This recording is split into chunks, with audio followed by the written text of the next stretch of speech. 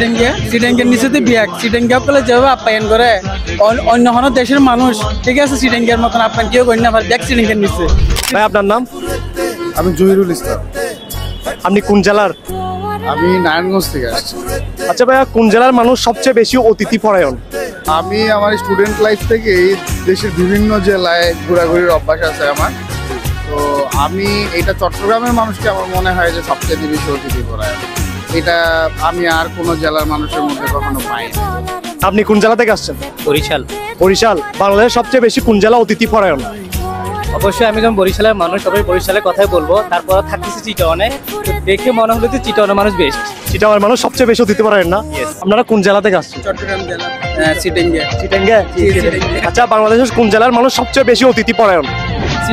সিটেঙ্গের নিচেতে বিয়াক সিটেঙ্গা পেলে যেভাবে আপ্যায়ন করে অন্য কোনো দেশের মানুষ ঠিক আছে সিটেঙ্গের মতন আপ্যায়ন কেউ করি না পারে ব্যাক সিটেঙ্গের নিচে।